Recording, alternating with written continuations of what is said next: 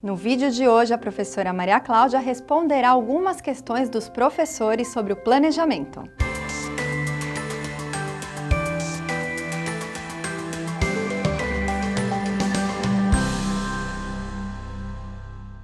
Olá, professora, tudo bom? Tudo bom, Vivian. Professora, Gisele quer saber como as escolas deveriam organizar o planejamento. Então, a professora pergunta, é correta a convocação de 8 horas de planejamento diário? Eu entendo que os professores e professoras não precisarão cumprir o horário além da sua jornada, né? Porque saiu um comunicado da Coordenadoria Pedagógica, chamada COPED, né? Que trata a respeito justamente disso. Eu vou falar assim na íntegra e vou comentando, né? A proposta de agendamento para o planejamento escolar em 2020 foi construída de forma a dar flexibilidade às escolas. Aí está o primeiro ponto, flexibilidade. Portanto, as escolas, está claro, as escolas têm flexibilidade, né, para organizar o horário do planejamento, respeitando a sua autonomia. Então, a escola tem autonomia para flexibilizar o horário, né? A Secretaria propôs 6 pautas de 4 horas cada para orientar aspectos que julga fundamentais para o planejamento de todas as escolas da rede. Esse arranjo deixa espaços de tempo para as escolas tratarem, durante as outras 16 horas da semana, de suas pautas próprias, considerando as suas especificidades, e as de suas diretorias de ensino. Então, aí também a secretaria deu uma margem, né, para a escola decidir. Vamos discutir as nossas pautas próprias da escola, né, de acordo com os estudantes que a gente tem aqui, de acordo com o perfil dos profissionais da educação, e vamos discutir as pautas que vêm lá da SEDUC, né? Cada professor participará do planejamento de acordo com a sua carga horária semanal, respeitado o turno em que atua, sem precisar trabalhar mais tempo do que o previsto em sua jornada. Para mim está claro. Então, o diretor vai flexibilizar a organização do planejamento para cada professor cumprir esse horário dentro da sua jornada.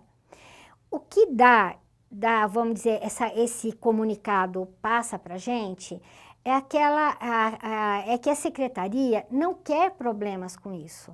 Então, o que ele quer é que se discuta nesse momento as questões principalmente relativas ao Inova Educação, tá?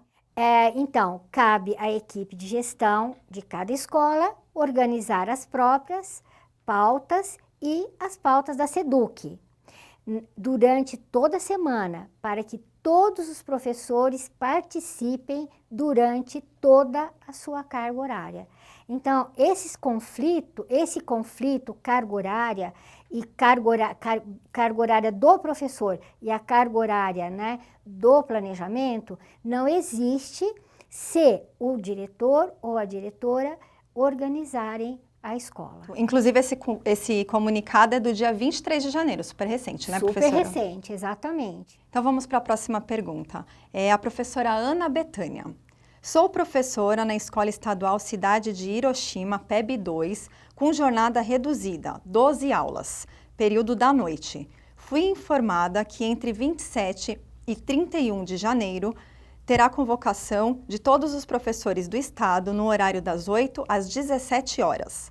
Não poderei cumprir esse horário, pois estou trabalhando na rede municipal no cargo de coordenador pedagógico das 8 às 4h30. Poderia me orientar como proceder para não ter faltas injustificadas no estado? E aproveitando a pergunta do professor Cláudio Vilas Boas, também é sobre a compatibilização do horário do planejamento, mas o viés é o acúmulo. Então ele pergunta, tenho 2 cargos efetivos, um jornada inicial em uma escola e um jornada básica em outra escola. Como devo cumprir os horários de planejamento semana que vem? Sai ano, entra ano, tem o problema do acúmulo, né? Por quê? O acúmulo, ele é legal, mas ele não dispensa o profissional do cumprimento das responsabilidades do seu cargo. Então, tem sempre esse problema. Este ano, no meu entendimento, né, no meu modesto entendimento, o comunicado do SEDUC diz que cada professor participará do planejamento de acordo com a sua carga horária semanal, respeitados os turnos em que atua. Portanto, ele não vai ter problema com o acúmulo, mas né, o gestor tem autonomia para resolver essa questão e não prejudicar o professor. Mas aí ele vai ter realmente que organizar o planejamento de tal forma que o professor possa cumprir essa carga horária destinadas ao planejamento durante essa semana. Agora, qualquer problema, converse com a direção a respeito do comunicado. Mas, se não houver diálogo, procure a Procuradoria do CPP para que vocês possam tomar as providências, aí serão providências legais. Professor, esse comunicado, ele responde os problemas que os professores vão enfrentar? Não, não responde, porque o comunicado saiu em cima da hora, né? E aí eu pergunto, será que houve capacitação dos gestores? Será que as orientações sobre o planejamento foram previamente discutidas com eles? Eu acredito que não, porque esse não tem sido o procedimento do governo. A implantação das novas disciplinas, do novo calendário, traz orientações rígidas quanto a organizações das reuniões, a capacitação, etc. E elas estão sendo impostas de cima para baixo, né? Não houve a participação nem dos gestores e nem dos professores. Portanto, o convencimento que essas mudanças precisam, né, para se tornarem válidas, não aconteceu. Pelos anos que eu tenho como professora, diretora e supervisora, eu acredito que muitas dessas determinações ficarão no papel. Outras acontecerão só com o objetivo de se cumprir as determinações da secretaria, e isso não resulta em ganho para ninguém. Como bem fala o Paulo Freire, a educação acontece no diálogo, né, na relação amorosa e respeitosa. Bom, a professora Gisele quer saber se com a mudança da hora-aula de 50 minutos para 45 minutos, os horários dos readaptados também irão mudar? Não. A resolução é bem clara, né? Que o horário de 50 para 45 minutos só muda para o PEB 2, mas aquele que estiver lá na sala de aula, como a gente fala com o GIS, né? Os demais profissionais da escola, inclusive o PEB 1, eles continuam com a aula de 50 minutos, né? Continuam com o horário de 50 minutos. Então, não muda para o readaptado. Bom, agora tem até um comentário e alguns questionamentos da professora Caroline sobre a atribuição. Vou ler na íntegra o que ela está falando. Okay. Mais um ano com atribuição de aulas para contrato mal organizada, desrespeitosa com os professores. Uma verdadeira bagunça. Cronograma mal elaborado. Pontuação de professores arrumada nas pressas, no último minuto. Lista de classificação refeita várias vezes. Horário mal definido. Não tem cronograma por disciplina ou áreas. Até quando isso vai acontecer? Por favor, vejam isso, cobrem isso. As diretorias de ensino, um relaxo e descaso com documentos de professores. Meu Deus, professor, o que a senhora tem a dizer para ela? O CPP já entrou em contato com a SEDUC, né, mostrando esses problemas que foram gravíssimos mesmo no processo de atribuição. E que, por sinal, na segunda-feira ainda continua, porque uma parte dos professores categoria O estão tendo aulas atribuídas na segunda-feira, furando já o cronograma. E aí, gente, que eu vejo que essa secretaria está fora do ar. Como que eles querem implantar tecnologia, não sei o que lá, se eles não conseguiram manter no ar as mídias digitais? Porque tudo parou porque eles não tinham acesso à internet, né? Então, há anos, a secretaria chama todas as entidades para ler e opinar sobre a legislação que orienta a atribuição bem antes do início do processo. E isso ajudou muito a diminuir os problemas, né? Infelizmente, esse governo chamou as entidades no final do processo, quando já estavam pipocando, inclusive, problemas, né?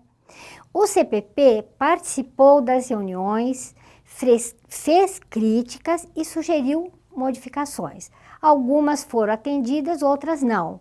Infelizmente, a atribuição organiza a escola para o ano inteiro. Portanto, o reflexo desse processo mal conduzido deixará sequelas na instituição e na vida profissional. Nós fomos chamados também em algumas diretorias como Guarulhos, onde intervimos para garantir uma atribuição mais transparente. Não foi fácil para ninguém. Agora, a professora Helena pergunta: após a atribuição, o diretor não recebeu a opção de horário e alegou que, devido ao Inova, ninguém terá opção de horário. O que fazer se tivermos inúmeras aulas vagas? E o que fazer agora, pois tenho 32 aulas e 7 horas de ATPC. Portanto, não quero nenhuma aula vaga. Isso aí também está sendo um grande problema, né? Só que, gente, a organização do horário é competência do diretor. Eu já fui diretora de escola e sei que é impossível atender a todos, né? Porque às vezes muitos querem a mesma coisa. Por exemplo, não ministrar a primeira aula ou a última. Só que esse ano, a atribuição e a organização do horário estão sendo marcados por conflitos em razão dos novos componentes curriculares que estão colocados acima das necessidades dos profissionais da educação. E quando eu falo dos profissionais da educação, estou falando também dos estudantes. Não existe uma boa escola sem a atuação dos profissionais da educação. O descontentamento vai gerar mais afastamentos por razões de saúde e mais ausências.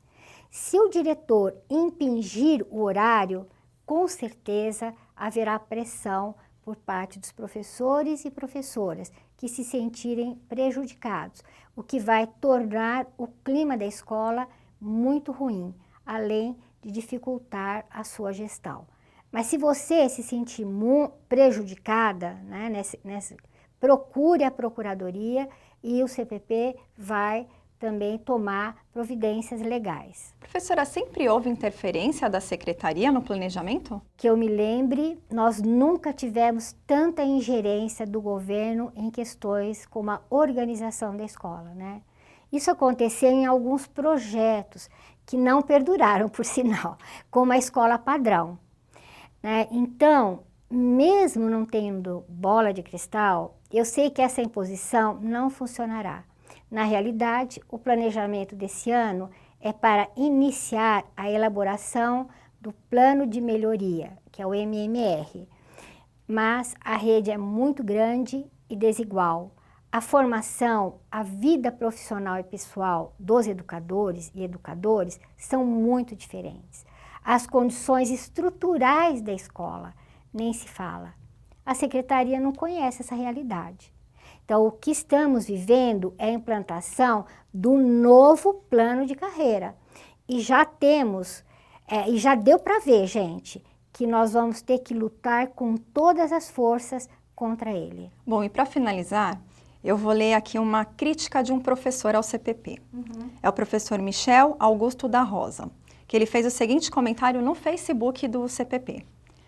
Sindicato de nada esse CPP. Não luta nunca a favor dos professores e quando outro sindicato, a APUESP, ganha alguma coisa, quer se beneficiar. O que a senhora tem a dizer? Caro professor, a nossa associação existe há 90 anos e tem mais de 100 mil associados. Ela chegou aonde está porque sempre lutou pela categoria. Nós fomos convidados pela secretaria, assim como as demais entidades, a PAS, o DEMO e a APUESP, para participar das reuniões sobre atribuição.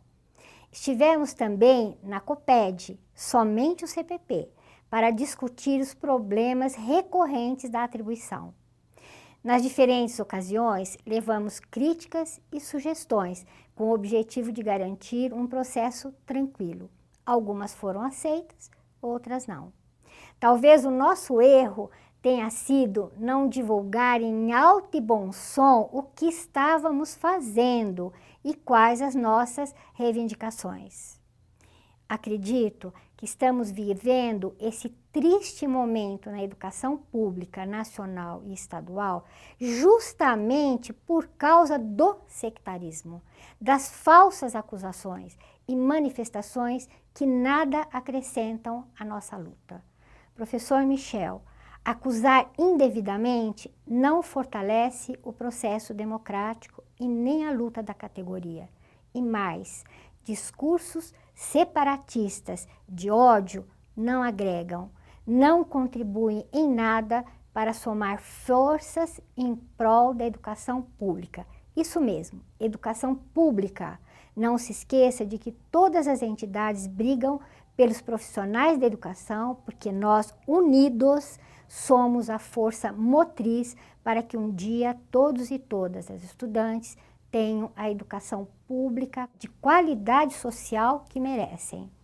Está difícil vencer, mas isso será impossível se mantivermos as fake news e os discursos de ódio. Unidos, continuaremos em 2020 a lutar pela categoria e pela escola pública. É isso aí, professora. Bom, esperamos ter sanado todas as dúvidas de vocês e, como a professora mesmo comentou, se tiver algum problema, procure o jurídico ou a procuradoria do CPP. Professora, muito obrigada pela sua participação. Obrigada a você, Vivian. E o Papo de Professor de hoje fica por aqui. Até o próximo programa.